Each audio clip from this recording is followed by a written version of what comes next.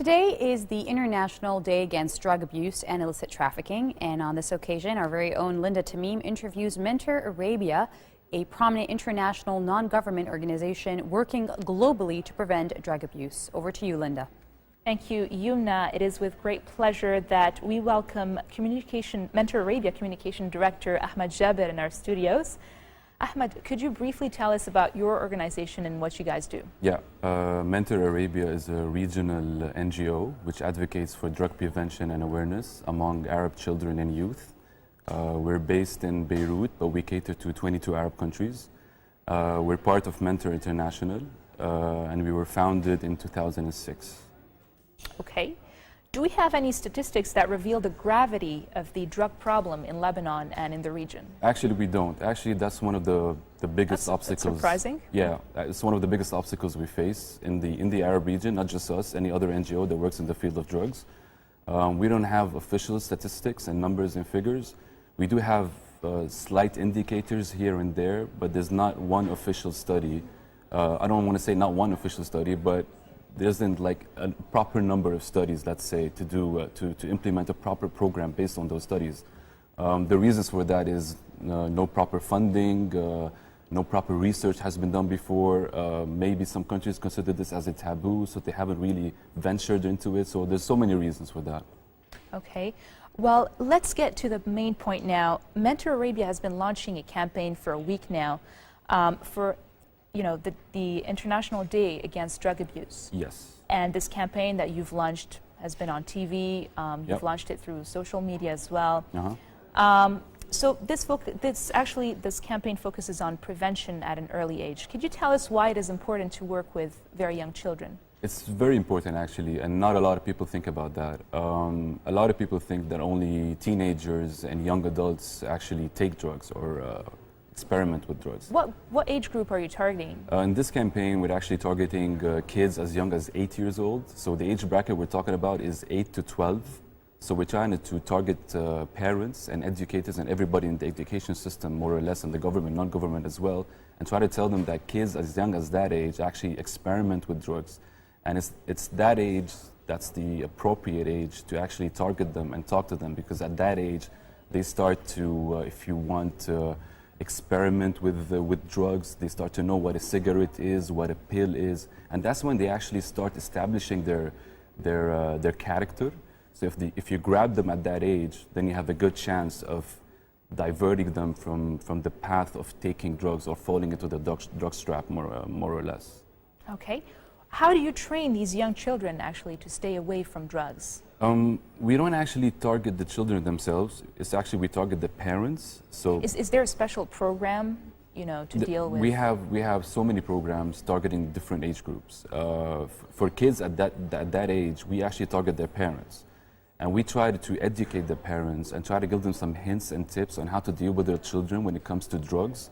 So we try to tell them to focus on better communication skills with their kids, being nonviolent, being good role models, and all of that.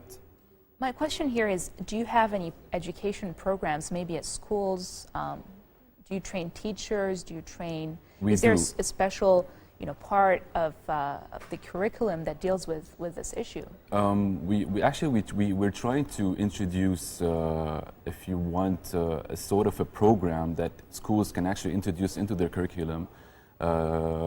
We've been working on this for a while now. It's really important for schools to have something on drug education and awareness in their curriculum. It really helps out the kids, because it gives them the sort of facts that they need, the sort of healthy facts, if you want to call them, instead of getting those facts and experimenting with drugs through friends and through peer pressure and all of that. So it's really important for schools to actually have that sort of programs in their curriculum. Are these actually books? Are these videos? What media do you use? A combination of books and videos, presentations, people coming in and talking about life experiences they've had. It's a combination of stuff. Well, because I know that teenagers are really rebellious, and so how do you actually get to them? There are various ways. I mean, you need to target the right people that affect them, the influencers, as we like to call them. So one of those are parents. They're the #1 influencers in a kid's life. Other people are peers. So if you really educate peers and those peers actually give a positive influence to their friends, then you're doing a good thing. So parents, peers, teachers, you name it. Let's talk a bit more about the role of parents. Could you tell us how you think parents could prevent their children, from taking drugs, other than, perhaps not smoking in front of them, perhaps, There's so many things.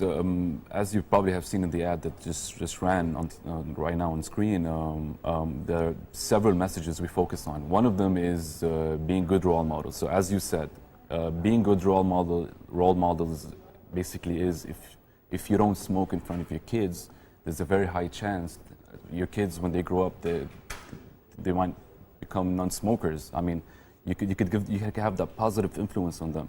Another thing is building proper communication channels, being non-violent, understanding their decisions, talking to them all the time, understanding what the character is.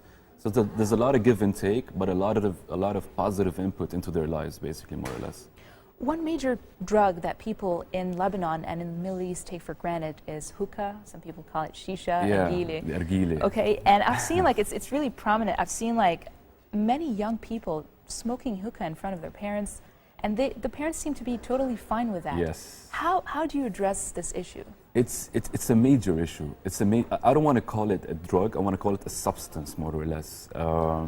Shisha is part of the culture, as you know, in Lebanon and in the Arab countries. And there's a misconception among parents that smoking shisha is way harmless than cigarettes, because they think that smoking shisha is non-addictive. Well, if you smoke cigarettes, then you might be addicted to cigarettes. That's not really true, because there haven't been studies to show either or. But there have been studies to show that smoking shisha is way more harmful than smoking cigarettes. So it's not really a good idea to let your kids smoke shisha. Okay. That was Mentor Arabia Communication Director Ahmad Jaber. Thank you for being with us. You. Now back to you, Yumna. Thank you, Linda.